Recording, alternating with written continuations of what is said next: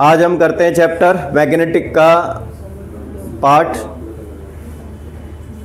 ध्यान रखना कि आपका इलेक्ट्रिसिटी पहला चैप्टर है और उसका सक्सेसिव पार्ट कौन सा है, magnetic effect of electric current. पूरा थ्योरी पार्ट है, कोई भी इसके अंदर न्यूमेरिकल आपका नहीं मिलेगा। मैं डिक्टेट करूंगा ज़्यादातर क्वेश्चंस, वही क्वेश्चन आपको क्या करना है, लिखने हैं और वही आपको क्या नाम है याद करने।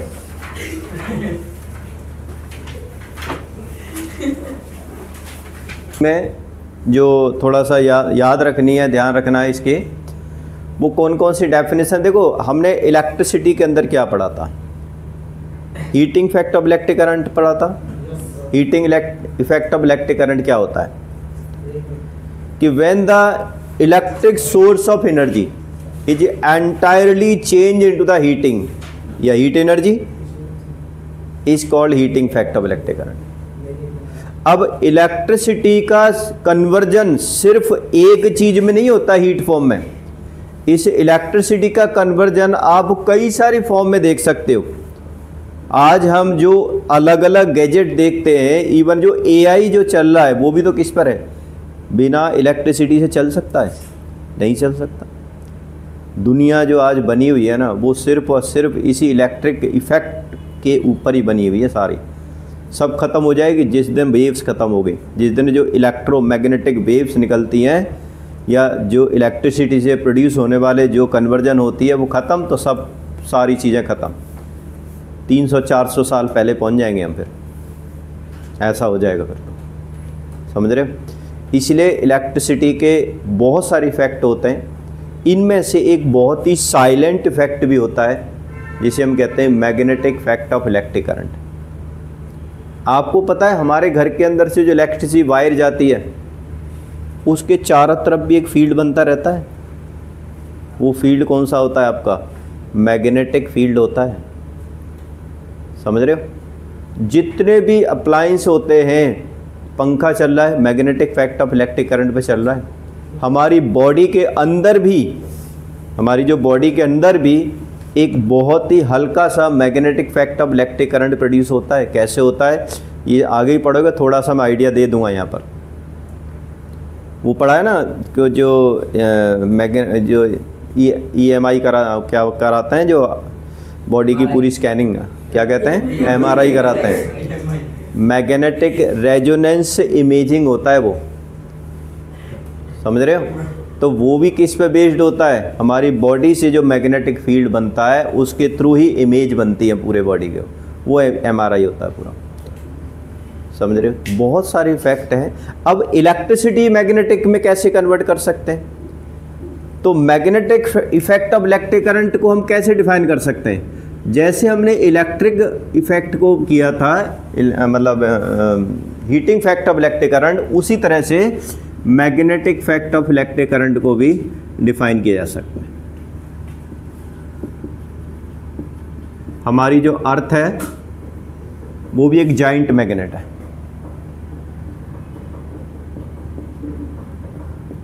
क्या होगा ये कि when the electricity is converted into the magnetic field, then this fact is called magnetic effect of electric current. Conversion of the electric source of energy into the magnetic field या production of the magnetic field by the electricity is called magnetic effect of electric current.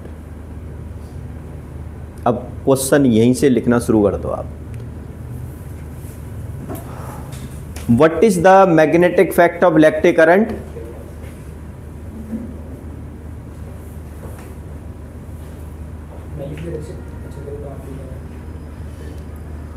Who first ever observe it? Who first ever observe it? What is the magnetic effect of electric current? Who first ever observe it?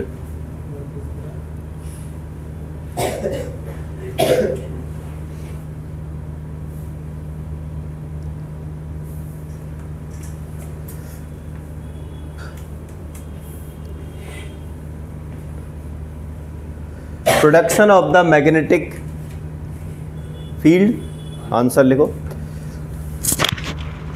Production of the magnetic field surrounding a, production of the magnetic field surrounding a current carrying conductor,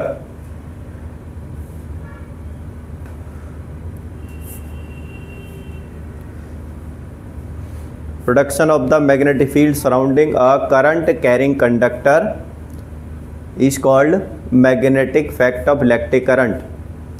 conductor या device कोई भी कह सकते हो जिसके अंदर से हम क्या है, करंट पास करते हैं, ठीक है। अब it was first observe by, it was first observe by H.C. Oersted, H.C. Oersted. एक एक्टिविटी दे रखी है, डायग्राम उसका बना लेना, ध्यान रखना इसका। कैसे ऑब्जर्व किया था उसने कि ऐसे मान के चलो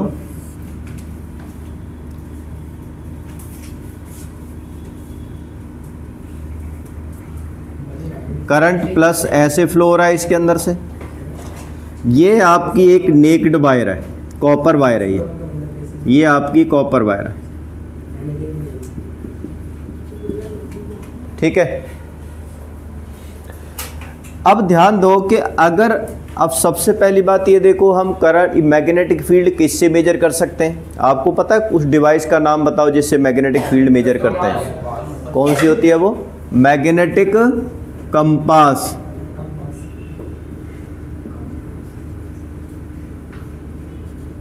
अगर हल्का सा भी मैग्नेटिक फील्ड डिटेक्ट करेगी तो इसको जो निडल है ये पॉइंट आउट जिधर होती है उससे क्या हो जाएगी, डिफ्लेक्ट हो जाएगी। इस तरीके से एक मैग्नेटिक कंपास होती है जो बिल्कुल पूरी तरह से क्या करती है, ऐसे मूव करती रहती है, फ्रीली मूव करती है। लेकिन मैग्नेटिक फील्ड का जैसे ही क्या नाम है इसका कहीं पर दिखाई देगा, ये मैग्नेटिक कंपास इधर उधर हिलना शुरू हो जाएगी। आपको पता है ना, अर्थ का जिधर नॉर्थ पोल होता है, जैसे अगर हम कोई मैग्नेटिक कंपास ऐसे सस्पेंड कर दें तो अगर ये नॉर्थ है ये साउथ है तो it always toward the earth north geographic north direction है। अर्थ हमारी है ना, देखो मैं एक सिंपल सा एक वो बता देता हूँ। जैसे अर्थ ऐसे है, ठीक है, मान के चलो, तो इसके अंदर बिल्कुल सेंटर में बहुत बड़ा क्या है, आयरन है, कोर है ना, कोर के अंदर पूरा आयरन भरा हुआ है और उसके चारों तरफ मैग्मा है जो लगातार फ्लो कर रहा है। उस आयरन के कारण और मैग्मा के फ्लो के कारण इसके चारों तरफ ही बहुत ही जाइंट मैग्नेटिक फील्ड प्रोड्यूस होता है, बहुत ज़्यादा। तो जिधर हमें ये पता है नॉर्थ पोल आएंगे तो क्या करेंगे, रिपेल करेंगे। अगर नॉर्थ साउथ पोल आ गए तो क्या करेंगे, अट्रैक्ट करेंगे। लाइक पोल्स ऑलवेज रिपेल और अनलाइक पोल्स ऑलवेज अट्रैक्ट, ये पता है ना। Plus minus attract, plus plus या माइनस माइनस क्या करेंगे, वो रिपेल करेंगे। तो अगर अर्थ का भी कोई न कोई मैग्नेटिक फील्ड हो सकता है। अगर मैं इधर मान लो साउथ पोल लिख देता हूँ, इधर नॉर्थ पोल लिख देता हूँ, ये किस कौन सा और अर्थ का मतलब साउथ और नॉर्थ पोल कौन से वाला है, ये मैग्नेटिक पोल है, मैग्नेटिक पोल है, ज्योग्राफिक पोल नहीं है। दो पोल होते हैं, ध्यान रखना अर्थ के। एक ज्योग्राफिक पोल होता है, ज्योग्राफिक पोल का मतलब हम किधर जा रहे हैं, नॉर्थ डायरेक्शन में जा रहे हैं, या ये साउथ डायरेक्शन है। हमें पता है सन किधर उगता है, ईस्ट डायरेक्शन में उगता है। तो ये जो हम न्यूज़ की बात करते हैं, नॉर्थ ईस्ट साउथ या मतलब वेस्ट की जो बात करते हैं हम, ये आपके ज्योग्राफिक डायरेक्शन ऑफ द अर्थ होती है, ठीक है ना। और एक होता है अर्थ का मैग्नेटिक पोल। मैग्नेटिक पोल का मतलब क्या है कि अर्थ का नॉर्थ और साउथ किधर होता है मैग्नेटिक हिसाब से। तो जिधर इसका नॉर्थ पोल होता है ज्योग्राफिक वाला, जो ज्योग्राफिक नॉर्थ पोल है, उधर मैग्नेटिक पोल होता है किसका, मैग्नेटिक फील्ड का। ये अर्थ का मैग्नेटिक पोल, जिधर नॉर्थ पोल है उधर साउथ पोल होता है। समझ रहे हो? तो अगर हम कोई कंपास लेके आते हैं और वो कंपास क्या है, इस तरह से यहाँ पर नॉर्थ है और ये साउथ है, तो इसका नॉर्थ आ गया मैग्नेटिक का, और अर्थ का कौन सा होना चाहिए उधर साइड में, साउथ का होना चाहिए। तो ये नॉर्थ पोल किधर पॉइंट करेगा, किधर अट्रैक्ट करेगा, ये साउथ की तरफ ही जाएगा ना। इधर साउथ है तो ये नॉर्थ पोल अर्थ के साउथ की तरफ जाएगा, लेकिन ये जो साउथ है ये ज्योग्राफिक क्या होता है, नॉर्थ पोल होता है। इसीलिए जो हमारी जो कंपास है always point toward the north pole of the earth. ठीक है, जो अर्थ का नॉर्थ पोल है, ज्योग्राफिक नॉर्थ पोल है, वो मैग्नेटिक फील्ड का साउथ पोल है अर्थ का। समझ रहे हो? और ये भी ध्यान रखना, बिल्कुल ऊपर नीचे नहीं है ये, इन दोनों के अंदर, जैसे ये अगर मान लो डायरेक्शन नॉर्थ और साउथ है, ज्योग्राफिक डायरेक्शन है, तो मैग्नेटिक फील्ड की डायरेक्शन कुछ यहाँ पर एंगल होता है, पूरा अलाइंड नहीं होता, करीब करीब 15 डिग्री का एंगल होता है, वहाँ पर साउथ और नॉर्थ अर्थ के माने जाते हैं ये। लेकिन हम एवरेजली उसको मान लेते हैं कि ये क्या नाम है, नॉर्थ डायरेक्शन है अर्थ की, और इधर की साउथ डायरेक्शन। ये आगे जाके शायद मेरे ख्याल में 12th में जा करके थोड़ा बहुत इसके बारे में दे रखा है, बाकी ना 10th में है ना किसी 11th में आएगा आपको। तो ये पता चलेगा कि north pole of the compass will always toward the north pole of the earth which tells the direction. पूरी जो दुनिया ऊपर घूमती है ना स्पेस के अंदर, या मान लो क्या नाम है इसके अंदर, ये जो हवाई जहाज़ हैं या जितने ऊपर जाते हैं, वहाँ कोई हमें डायरेक्शन बताने वाला थोड़ा ही होता है। ये जो समुद्र के अंदर तो चारों तरफ सब कुछ वैसे ही होता है, ये हमें यही कंपास बताती है भाई, exact point two point angle, कहाँ पर टारगेट करना है। यहाँ से मिसाइल छोड़ी और पाकिस्तान के अंदर गिर गई, और वही उसी पोजीशन पर जहाँ पर हमने एक आधा मीटर का भी फर्क नहीं होता। समझ रहे हो? वो सिर्फ और सिर्फ इसी कंपास के थ्रू ही सारी डायरेक्शन की जाती है, टारगेट किया जाता है इसी के थ्रू। एंगल निकाल के बिल्कुल 0 डिग्री से भी कम जो पॉइंट में एंगल होता है वहाँ तक का भी प्रेसिजन लेते हैं, तब जाके टारगेट फिक्स होता है। चलो वो आगे की बात है, लेकिन हम यहाँ पढ़ रहे थे कि हम इसके जब करंट, किसी भी कंडक्टर के अंदर से करंट पास होगा तो उसने कैसे मेजर किया था कि इसके चारों तरफ मैग्नेटिक फील्ड प्रोड्यूस हो रहा है। पहले इसके अंदर ऐसे था, और क्या किया, यहाँ पर एक कंपास रख दी। अब कंपास रखी तो देखा उसने कि भाई इसका जो पोल है नॉर्थ ये है, साउथ ये वाला है, और आपको पता है इस तरीके से क्या नाम है डायरेक्शन दे रखी है।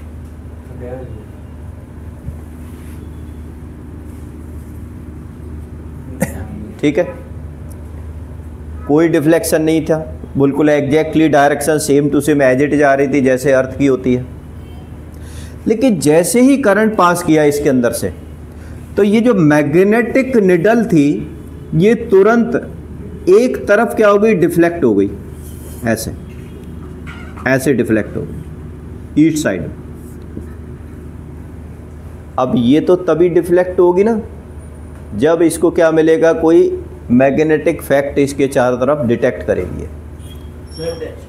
यहाँ पर मैग्नेटिक फैक्ट डिटेक्ट हो गया, और जैसे ही मैग्नेटिक फैक्ट डिटेक्ट हुआ तो ये जो इफेक्ट डिटेक्ट किया था ये किसने किया था, H.C. ऑरस्टेड ने, हैंस क्राइस्ट ऑरस्टेड, कि अगर हम किसी भी कंडक्टर के अंदर से करंट पास करेंगे तो वो कंडक्टर चारों तरफ क्या करेगा, मैग्नेटिक फील्ड प्रोड्यूस करेगा। ठीक है, इसी इफेक्ट को क्या कहते हैं हम, magnetic effect of electric current. और सबसे बड़ी बात क्या है कि उसने ये भी बोला कि जो मैग्नेटिक इफेक्ट प्रोड्यूस हो रहा है ये भी एक डायरेक्शन में है। उसने क्या किया, उसने पोलरिटी चेंज कर दी। पोलरिटी का मतलब ऐसे चेंज कर दिया उसने, ऐसे। पहले जो डायरेक्शन इधर थी अब वो डायरेक्शन ऐसे हो गई। तो अब क्या हुआ, अब जो निडल यहाँ पर रखी हुई थी हमने इधर साइड में या इधर साइड में, उसका जो डिफ्लेक्शन था बिल्कुल रिवर्स हो गया, ऐसे हो गया। मतलब इस तरीके से करंट की डायरेक्शन चेंज कर दी तो deflection of the needle will also get reversed. इससे क्या पता चलता है कि जो यहाँ पर चारों तरफ मैग्नेटिक फील्ड प्रोड्यूस हो रहा था वो एक पर्टिकुलर डायरेक्शन में हो रहा था, उसका भी कोई नॉर्थ पोल और साउथ पोल था। हो सकता है ये इधर क्यों गया, क्योंकि यहाँ पर ये नॉर्थ पोल है, ये भी नॉर्थ पोल होगा, डायरेक्शन चेंज हो गई, ये साउथ पोल इधर की तरफ आ गया। तो कहीं ना कहीं पर इफ़ेक्ट प्रोड्यूस हुआ होगा, यहाँ पर पोलरिटी चेंज हुई होगी, उस वजह से क्या नाम है इसकी डिफ्लेक्शन भी चेंज हो गई। इसी फैक्ट को magnetic fact of electric current कहा जाता है। सबसे पहले एच.सी. ओरस्टेड ने देखा था। अब एक और बात ध्यान दो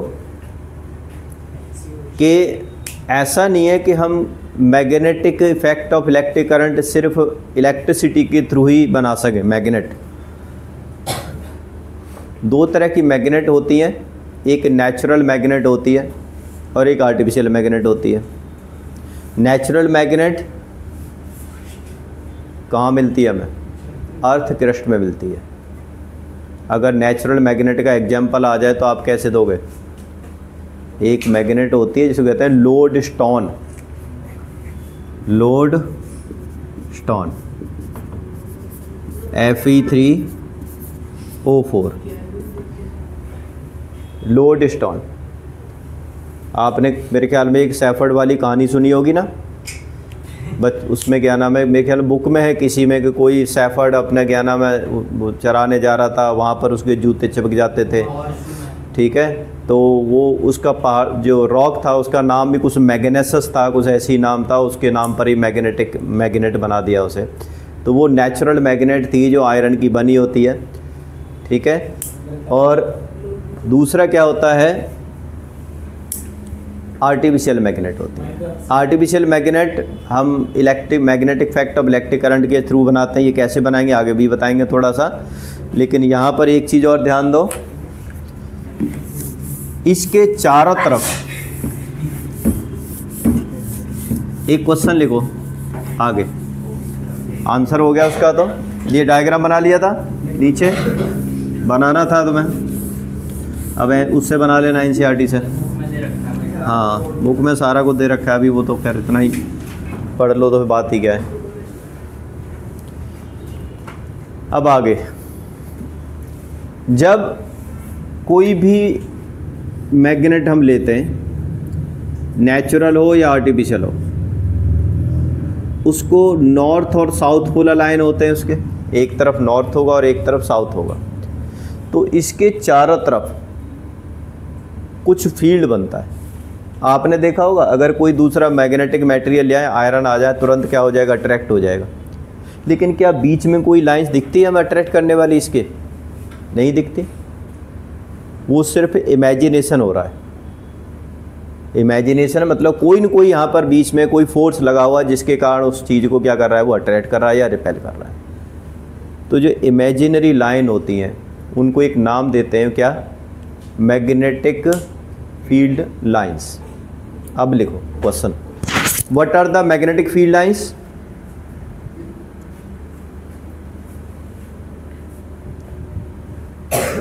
draw the diagram.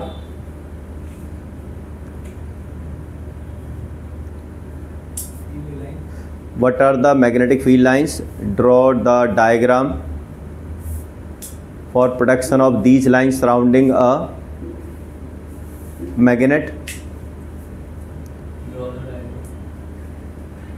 Draw the diagram for production of these lines surrounding a magnet. Write the characteristics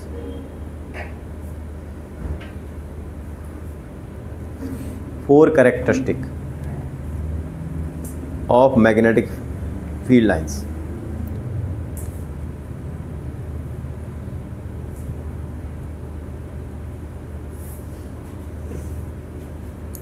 देखो डायग्राम अगर देखें, पहले डेफिनेशन लिख लो मैग्नेटिक फील्ड लाइंस क्या होती है। Magnetic field lines are the imaginary lines. Magnetic field lines are the imaginary lines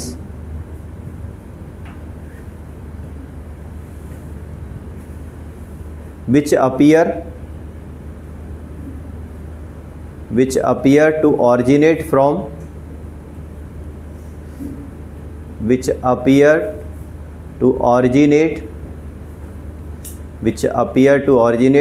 from north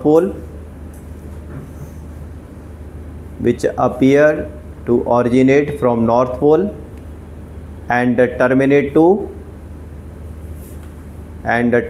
to south pole. कहाँ से निकलती हैं ये? नॉर्थ पोल से, ठीक है। और कहाँ पर टर्मिनेट, कहाँ पर होती हैं, ख़त्म कहाँ पर हो जाती हैं? साउथ पोल के अंदर। समझ रहे हो? ये डायग्राम है इसका, इस तरीके से, ऐसे। ये आपका नॉर्थ पोल है और ये साउथ पोल है, ऐसे। इस तरीके से आपका ये मैग्नेटिक फील्ड लाइंस बना सकते हो।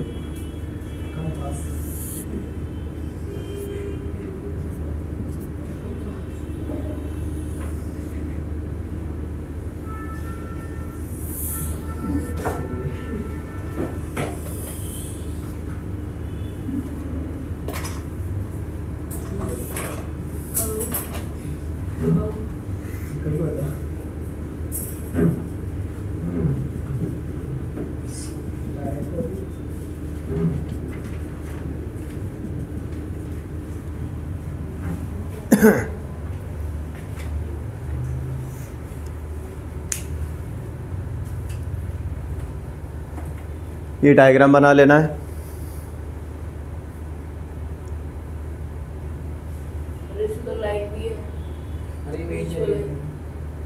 हाँ बता ली ना, लाइन है भी ऐसे है, वो तो आप ऐसे लगा कितनी भी निकाल सकते हो ना, उससे तो कोई फ़र्क नहीं पड़ता है। मतलब ऐसे तो निकल रही है ये, ऐसे इस तरीके से, ठीक है ना। और इस तरीके से क्या हो रही है? टर्मिनेट हो रही हैं। टर्मिनेट का मतलब क्या है? यहाँ पर जा रही हैं, ऐसे बाहर निकल के ऐसे जा रही हैं। तो आप बना दो ना बना दो, उससे फ़र्क नहीं है। उससे तो हमने 2-3 लाइन दिखा दी ना कि ये नॉर्थ पोल से ऐसे आ रही हैं और साउथ पोल में इस तरह से जा रही हैं।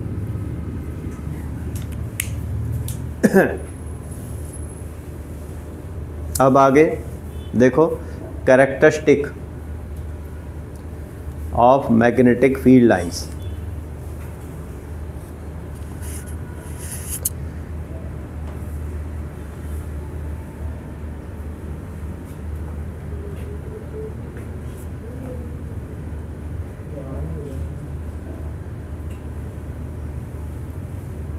लिखो, दीज लाइंस, पहली करेक्टर लिखो, दीज लाइंस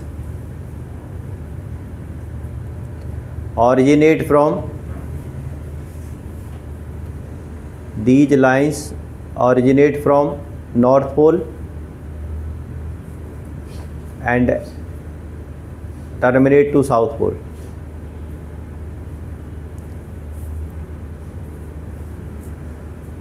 अगला लिखो,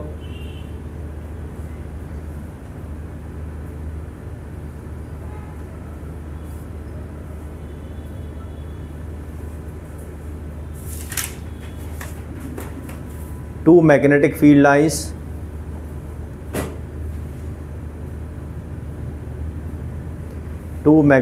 lines never intersect to each other। इसका भी क्वेश्चन आगे बनाएंगे हम, क्यों नहीं करती हैं। Two magnetic field lines never intersect to each other। तीसरा लिखो,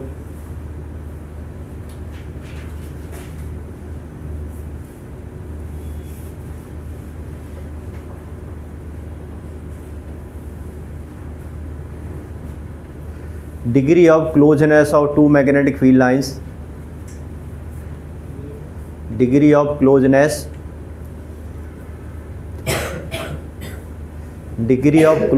of two magnetic field lines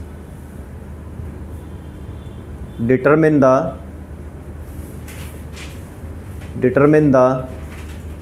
strength of magnetic field lines। Determine the strength of magnetic field lines. मतलब क्या है? जितनी ज़्यादा पास में होंगी उतनी ज़्यादा स्ट्रॉन्ग होंगी, तो अगर पूछा जाए सबसे ज़्यादा स्ट्रॉन्गेस्ट मैग्नेटिक फील्ड कहाँ होता है, कहाँ पर होगा, पोल के पास में, क्योंकि जो क्राउडेड मैग्नेटिक फील्ड लाइंस क्या होंगी, near the pole. More the closeness more is the strong of the field lines. ठीक है, तो सबसे ज़्यादा स्ट्रॉन्ग कहाँ पर मिलेगा आपको मैग्नेटिक फील्ड, जहाँ पर आपके पोल हैं, चाहे वो नॉर्थ पोल हो या साउथ पोल। जैसे जैसे दूर होती जाएंगी वैसे वैसे उनकी स्ट्रेंथ क्या होती जाएगी, कम होती जाएगी। अगला लिखो एक और, कि जो बाहर की शेप दिख रही है ना तुम्हें, वो क्या है, कर्व्ड शेप है, और जो अंदर की मैग्नेटिक फील्ड लाइंस क्या होती है, ये पैरेलल और ये यूनिफॉर्म होती है, पैरेलल एंड यूनिफॉर्म। नेक्स्ट लिखो, outside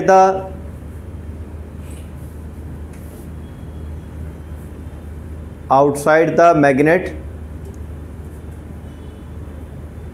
these magnetic field lines are curved,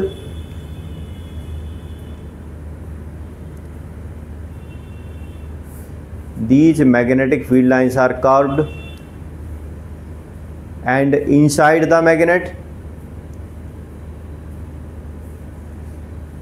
they are parallel and uniform, they are parallel and uniform। बाहर होंगी तो कर्व फॉर्म में होंगी, अंदर होंगी तो किस फॉर्म में होंगी, ये बिल्कुल पैरेलल होंगी, यूनिफॉर्म होंगी। हर जगह पर मैग्नेटिक फील्ड क्या होगा, सेम होगा।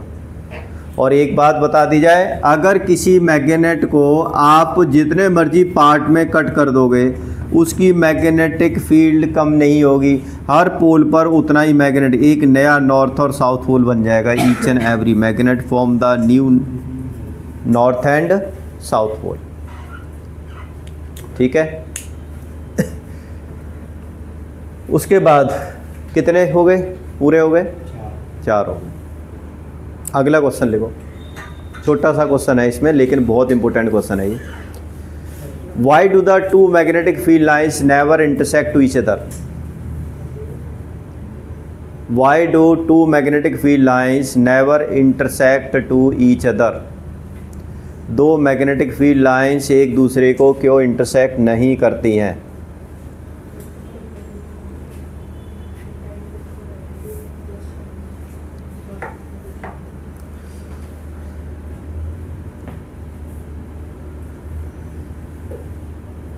Answer, the two magnetic field lines never intersect to each others. The two magnetic field lines never intersect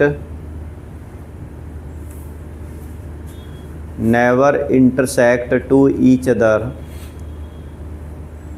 since if they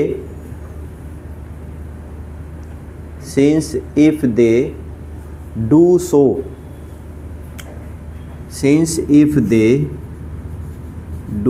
so, मतलब अगर ये इंटरसेक्ट करती हैं, ऐसा करती हैं, then at the point of intersection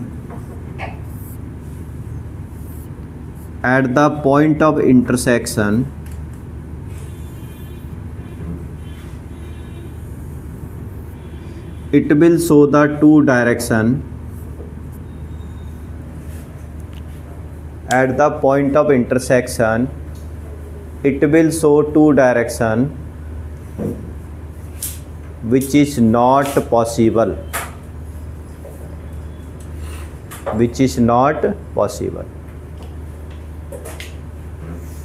ठीक है। अब मतलब समझो इसका क्या है। आपको शायद स्कूल के अंदर मेरे ख्याल में कोई एक्सपेरिमेंट कराएं, हो भी सकता है ना भी कराएं, आगे जाके कराएंगे नहीं, आप हो सकता है कि पिछली क्लास में कभी किया हो। जब हम मैग्नेटिक फील्ड लाइंस बनाते हैं ना, तो हम क्या करते हैं, एक बहुत बड़ा कार्डबोर्ड ले लेते हैं, समझ रहे हो, और बीच में रख लेते हैं एक बार मैग्नेट, और उसको हम ऐसे बाउंड्री भी कर लेते हैं। ठीक है, ये स्कूल में कराते हैं एक्सपेरिमेंट, ध्यान रखना। हाँ, नहीं कराते, कई कराते हैं, कहीं नहीं कराते, वही मैं कह सकता हूँ। तो अब आप देखो कि अगर हम कोई कंपास लेते हैं, कंपास, तो अगर हम कोई कंपास रखेंगे तो ऑब्वियसली है कंपास का इधर का जो पोल है वो कौन सा होना चाहिए, ये वाला पोल कौन सा होगा, साउथ, क्योंकि नॉर्थ इधर है, तो ये साउथ होगा, इधर ये नॉर्थ होगा। तो अगर हम यहाँ पर पॉइंट मार्क कर दिया हमने, यहाँ से उठा के कंपास को हमने यहाँ रख लिया, तो अब ये कंपास क्या करेगी, हल्का सा ये बैंड हो जाएगी, बैंड मतलब इस तरीके से बैंड होना शुरू कर देगी ऐसे। जिधर इसका नॉर्थ पोल मूव करेगा ना, उधर ही क्या बनती जाएगी, मैग्नेटिक फील्ड लाइंस बनती जाएंगी एग्जैक्टली। जैसे यहाँ रख दिया हमने, तो अब क्या होगा, इधर की साइड नॉर्थ बन जाएगा, इधर साइड साउथ बन जाएगा, तो ये वाला पॉइंट नॉर्थ का आ जाएगा। ऐसे ही अगर यहाँ पर रख देंगे हम, तो ये वाला पॉइंट नॉर्थ का आ जाएगा। तो आप देखोगे कि यहाँ से चलते चलते मैग्नेटिक फील्ड लाइंस करते करते वो यहाँ टर्मिनेट हो जाएगी। बिल्कुल एग्जैक्टली उसी तरह से हमारा मैग्नेटिक फील्ड लाइंस बनेंगी, जहाँ पर आपका ये नॉर्थ पोल मूव कर रहा है, जिस डायरेक्शन में आपका नॉर्थ पोल मूव करेगा उसी डायरेक्शन में क्या नाम मैग्नेटिक फील्ड लाइंस वहाँ पर ड्रॉ कर देते हैं हम, समझ रहे हो। तो इस तरह से पूरे पेपर में हम देखते हैं कि जैसे जैसे दूर मैग्नेटिक फील्ड लाइंस पास में होंगी, तो मतलब जैसे पास में होंगी तो बहुत क्लोज होंगी, वो नियर द, ये जो बार मैग्नेट है, the magnetic field lines are very close, और जैसे ही दूर जाएंगे तो एक यहाँ बनेगी, एक यहाँ बनेगी, एक यहाँ बनेगी, ऐसे ऐसे डिस्टेंस बढ़ती जाएगी उनकी, बीच में कोई मैग्नेटिक फील्ड लाइंस बनेगी ही नहीं। क्योंकि मैंने कहा है ना, जितनी ज़्यादा डिस्टेंस होती है मैग्नेटिक फील्ड लाइंस के बीच में, उतनी वो कम स्ट्रांग होती है, यानी मैग्नेटिक फील्ड क्या होता जाएगा, कम होता जाएगा जैसे जैसे हम दूर चलते जाएंगे। लेकिन जैसे जैसे पास में होंगे मैग्नेटिक फील्ड लाइंस क्या होंगी, काफ़ी ज़्यादा स्ट्रांग होगी। अब मैंने ये क्यों समझाया तुम्हें, क्योंकि मैग्नेटिक फील्ड लाइंस एक दूसरे को कभी भी इंटरसेक्ट नहीं कर सकती। क्यों, क्योंकि अगर हम इस पॉइंट पर देखें तो ये इसका नॉर्थ पोल है, ये इसका साउथ पोल है। अगर सपोज करो यहाँ से कोई दूसरी मैग्नेटिक फील्ड लाइंस आई, तो उसका तो नॉर्थ पोल इधर आ जाएगा। फिर इसी पॉइंट पर दो नॉर्थ पोल हो सकते हैं, नहीं हो सकते, क्योंकि कंपास तो अभी एक ही तरफ जाएगी, या तो ऐसे जाएगी या ऐसे जाएगी, एक ही पॉइंट पर, समझ रहे हो।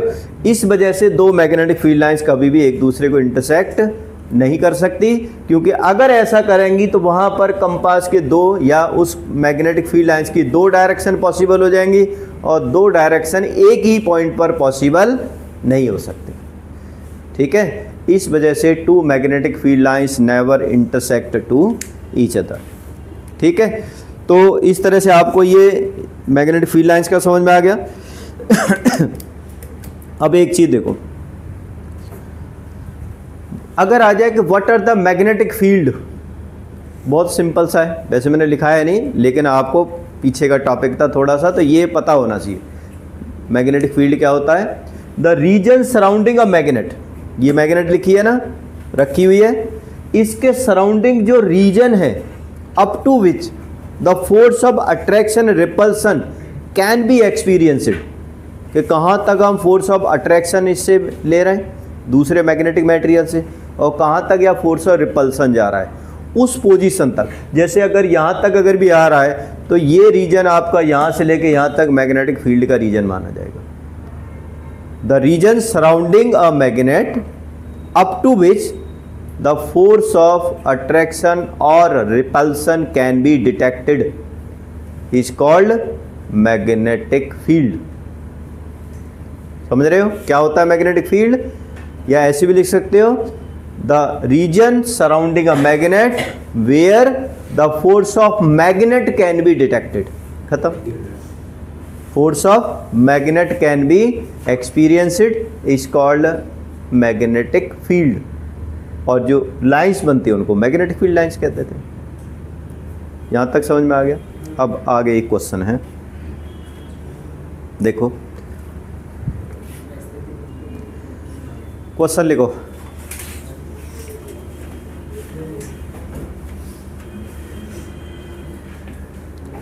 What is the nature of magnetic field lines? What is the nature of magnetic field lines? What is the nature of magnetic field lines surrounding a straight conductor, surrounding a straight conductor carrying current? Carrying current, इसका B part है, ये A part था, B part. On what factor does this magnetic field depend, on what factor do this magnetic field depend. तीसरा C part लिखो इसमें, how can be determine the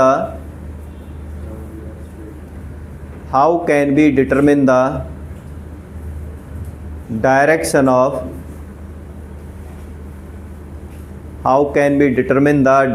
of magnetic field surrounding this straight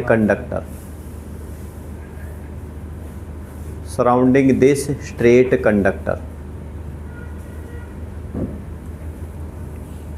अब एक diagram बनाना पड़ेगा तुम्हें, ठीक है। देखो हम क्या करते हैं, एक स्ट्रेट कंडक्टर लेते हैं, एक कार्डबोर्ड लेते हैं,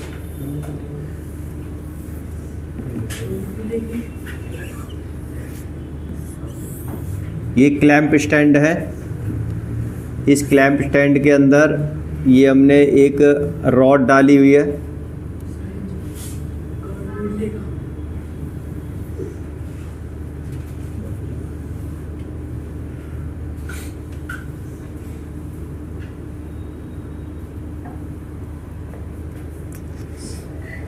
यहाँ पर हमने एक वायर डाली है,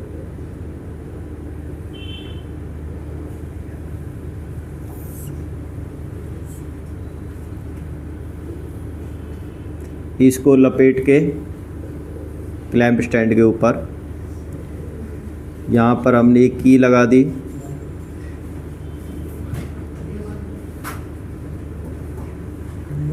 इस जगह पर हमने एक वो लगा देते हैं, यहाँ लगा देते हैं, चलो एक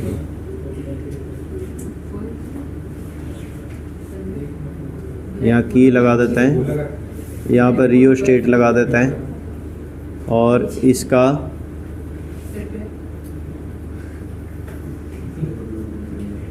ऐसे हम सेटअप कर देते हैं, ऐसे सेटअप। तो अब हमें, अब देखो ध्यान से,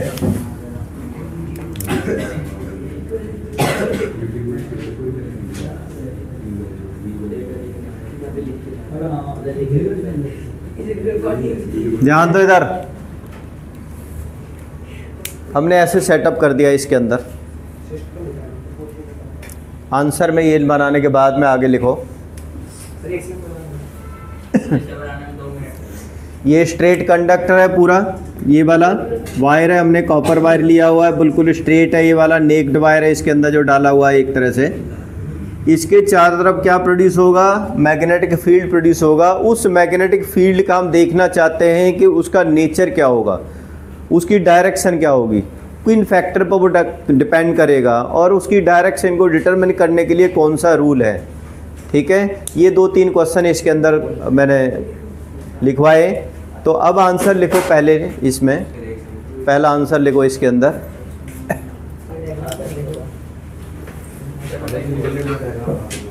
ये क्वेश्चन ख़त्म करने के बाद दूसरी क्लास स्टार्ट होगी, ध्यान रखना, क्योंकि मैंने अब शुरू कर दिया तो आंसर लिखाऊंगा पहले मैं।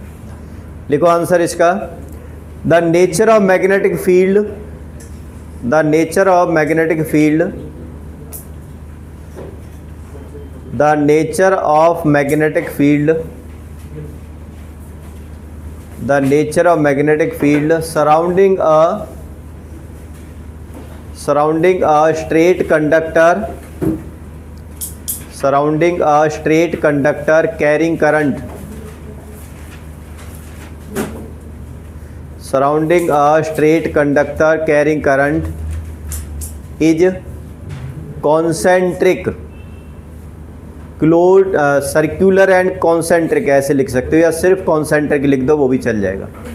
Is concentric. अब कॉन्सेंट्रिक कैसे होगा, ध्यान दो, अगर ये पॉइंट है तो इसके चारों तरफ मैग्नेटिक फील्ड ऐसे बनेगा, इस तरीके से, ऐसे बनेगा, इस तरीके से, ऐसे बिल्कुल, मतलब सर्कल के अंदर सर्कल, इस तरीके से मैग्नेटिक फील्ड प्रोड्यूस होगा इस कंडक्टर के चारों तरफ। ठीक है, इसके ऊपर डायग्राम के अंदर ये भी आप बना सकते हो। अब लिखो factor on base this magnetic field depend, factors on which this magnetic field depends. कौन कौन से फैक्टर है जिन पर ये मैग्नेटिक फील्ड डिपेंड करता है। तो अगर यहाँ से देख सकते हैं, ये मैंने क्यों बनाया हुआ है, क्योंकि मैं चाहता हूँ कि इसकी करंट की डायरेक्शन को, मतलब करंट की स्ट्रेंथ को कम या ज़्यादा कर सकें। तो अगर हम कोई यहाँ पर निडल रखते हैं, निडल का मतलब कंपास रखते हैं, कंपास मतलब ऐसे में कोई मैग्नेटिक कंपास रख देता हूँ इस जगह पर। ठीक है, मैग्नेटिक कंपास रखने के बाद में मैं इसको, ये जो यहाँ पर मैंने रियोस्टेट लगा रखा है, इस रियोस्टेट के थ्रू करंट को कम या ज़्यादा करता हूँ मैं। तो आप देखोगे जैसे ही करंट की अमाउंट बढ़ती जाएगी वैसे वैसे इस कंपास के अंदर डिफ्लेक्शन बहुत तेज़ी से होती जाएगी। अगर आपकी ये कंपास, मतलब करंट धीरे धीरे जा रहा है, मतलब बहुत कम अमाउंट जा रही है करंट की, तो इसमें डिफ्लेक्शन क्या होगा, काफ़ी कम होगा। इससे पता चल रहा है हमें कि current as the current is increasing the strength of the magnetic field is also increasing. तो पहला पॉइंट होगा रियोस्टेट, हमने उसे बताया था इलेक्ट्रिसिटी के अंदर, विच regulate the current without changing the voltage, device which regulate the current without changing the voltage. Regulate, ये जो रेगुलेटर है ना, ये वाला, ये रियोस्टेट है, ये करंट के अमाउंट को ज़्यादा करता है। अगर पंखा ज़्यादा हो जाएगा, करंट क्या करा, ज़्यादा तेज़ फ्लो करेगा इसमें, तो ये रियोस्टेट होता है। चलो खैर, अब आगे देखो, लिखो इसमें पहला point,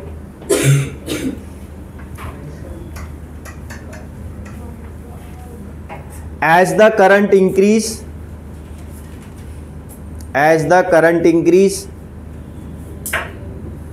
the magnetic field at a particular point will also increase. As the current increase, the magnetic field at a particular point will also increase.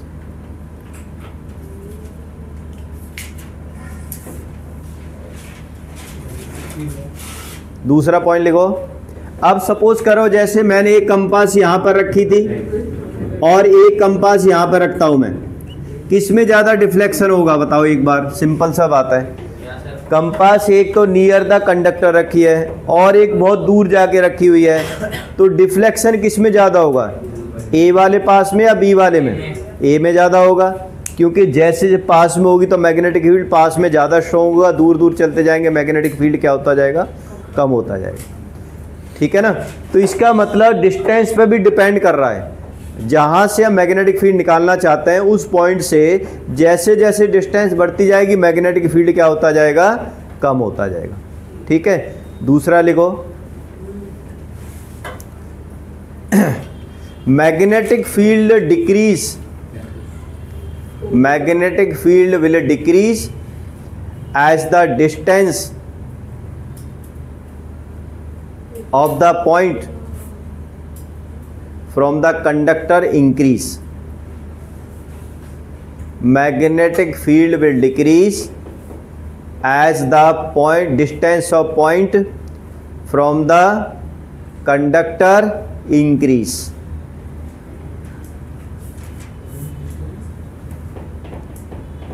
ठीक है, इसका मतलब क्या हो गया कि डिग्री ऑफ टू, नीचे लिख सकते हो लिखना चाहो तो, degree of closeness of two magnetic field lines, degree of closeness, रुक जाओ, degree of closeness of two magnetic field lines determine the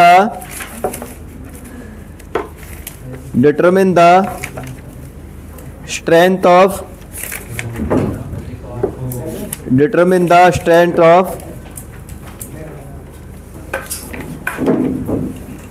determine the strength of magnetic field.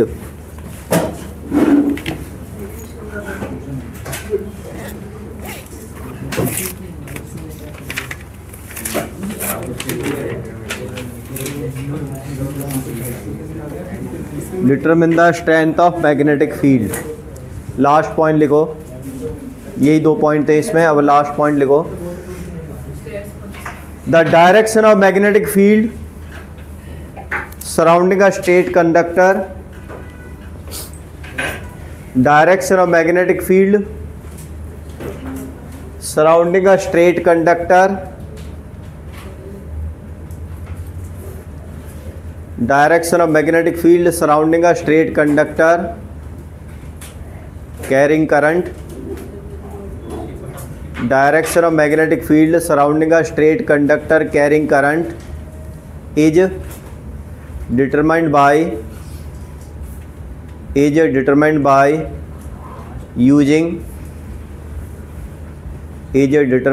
using Fleming right hand thumb rule. Fleming काट दो, right hand thumb rule लिख दो सीधा। Fleming काट दो, ये लिख दो using right hand thumb rule. ये वाला ये। अब मैं ये समझा देता हूँ, लिखना बाद में, बस सिंपल सा 1 मिनट का और बन जाएगा ज़्यादा से ज़्यादा। देखो राइट हैंड थंब रूल क्या कहता है कि अगर हम किसी कंडक्टर को जिसमें से करंट फ्लो हो रहा है उसको राइट हैंड में ऐसे पकड़ लो आप, ठीक है, और जिधर अंगूठा जा रहा है ना ऊपर की डायरेक्शन में, ये करंट की डायरेक्शन है। ये क्या है? करंट की डायरेक्शन है। तो आपका मैग्नेटिक फील्ड की डायरेक्शन क्या होगी? जिधर आपकी उंगलियां मुड़ रही हैं, वेयर योर फिंगर आर इनसर्कल्ड, ऊपर करंट जा रहा है तो मैग्नेटिक फील्ड कैसे बना? एंटी क्लॉकवाइज, ऐसे। अगर मान लो इसमें मैग्नेटिक करंट ऐसे जा रहा होता, अब इसमें तो ऊपर की तरफ जा रहा, सॉरी ऊपर, ये सेम प्लस है ना, ये तो ऐसे जा रहा है करंट इसमें, तो सेम यही हो गया, ऐसे ऊपर जा रहा है करंट, देखो वायर में से ऊपर जा रहा है, तो मैग्नेटिक फील्ड कैसे बन रहा है? वो ऐसे बन रहा है, इस तरीके से, ऐसे, समझ रहे हो? ऐसे बन रहा है, इस तरीके से बन रहा है मैग्नेटिक फील्ड एंटी क्लॉकवाइज। और करंट नीचे हो जाता तो फिर ऐसे हो जाता। तो ये कौन सा होता है आपका? राइट हैंड थंब रूल, ठीक है। इसको हम डिक्टेट अगली बार करा देंगे, आप यहाँ तक कर लो, ठीक है। एक बार जरूर करना, जो मैं क्वेश्चन लिखा रहा हूँ यही करने, ध्यान रखना और यही समझना है।